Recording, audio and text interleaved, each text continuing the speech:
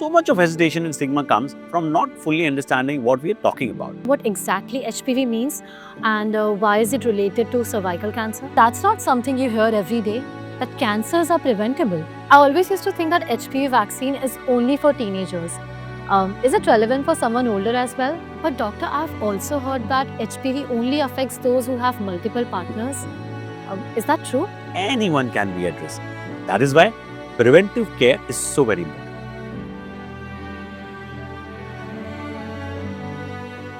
Why are we still whispering about cervical cancer? HPV-related cervical cancer is the second most common cancer among Indian women, with millions affected each year. The word cervix, it's a simple biological term. Yet, when attached to cancer, it becomes a taboo. People shy away from talking about it, and that's part of the problem. Hello everyone, I'm Nikita Porwal, your reigning Femina Miss India World 2024, and today I'm speaking with Dr. Mukesh Gupta, gold medalist senior consultant gynecologist, to discuss all things HPV and cervical cancer. I'm so excited about this conversation, doctor. Thank you so much for coming in. Thank you very much for having me here. Well, now that you have spoken about it, it's not going to be whispered anymore. Well, I'm so happy that you're using this platform and your lovely voice to talk about this subject. The biggest challenge we in the medical fraternity are facing is the lack of awareness and the myths and misconceptions around this subject. That's so true, doctor. Why don't you help us by laying out some basics?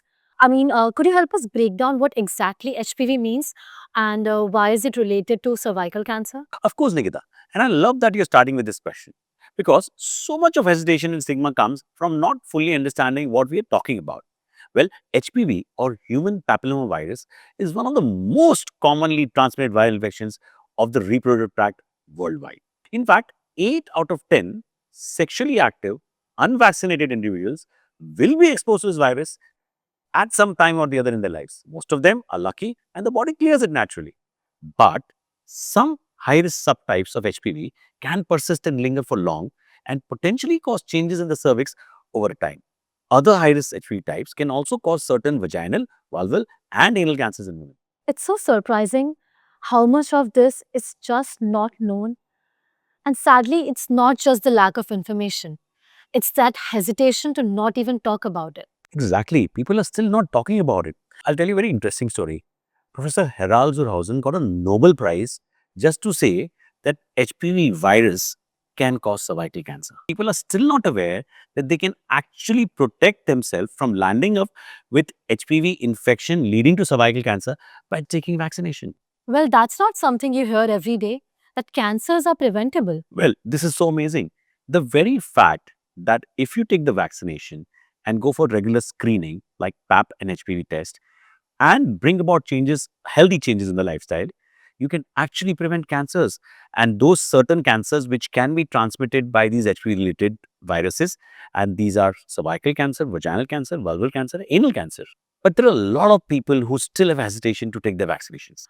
I think, doctor, the hesitation comes from people who still have doubts.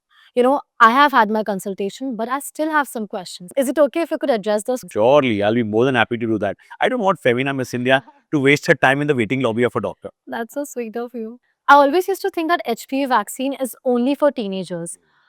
Is it relevant for someone older as well? Yes, you nailed it. So, although the best time to give the vaccine is when they have never been exposed to the HPV virus. So, that is as good as starting from the age of 9 years or preteens.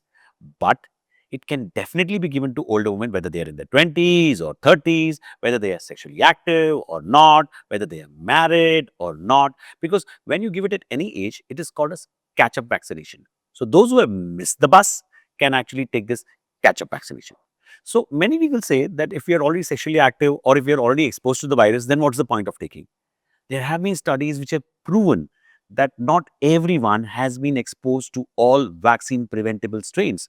So, most of the women will be benefited if they take the vaccines, not just from these certain vaccine preventable cancers, but also from genital warts.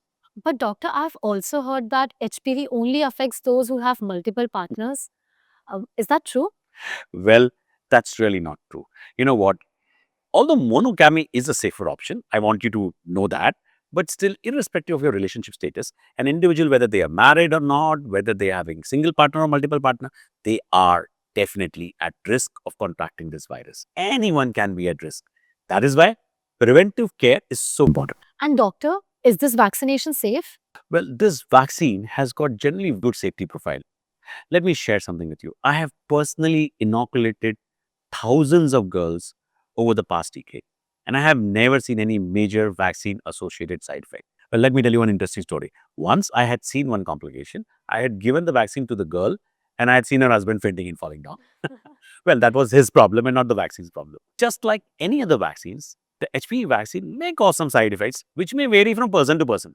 That these side effects are mild and temporary in most. So, doctor, for those watching, could you tell us some actual steps they can take to protect themselves from the risk of HPV and cervical cancer? So I'm going to tell you 5 important steps.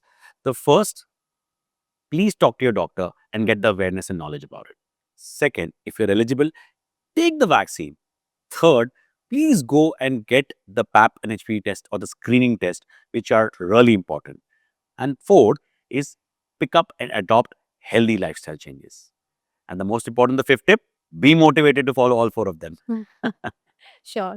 So, it's about taking that proactive approach and starting that conversation with your gynecologist. Yes, Nikita, we have to understand that what are we talking about? We're talking about a grave illness like malignancies and cancers that can be caused by a viral infection. There is a golden dictum, prevention is better than cure. What more than this disease?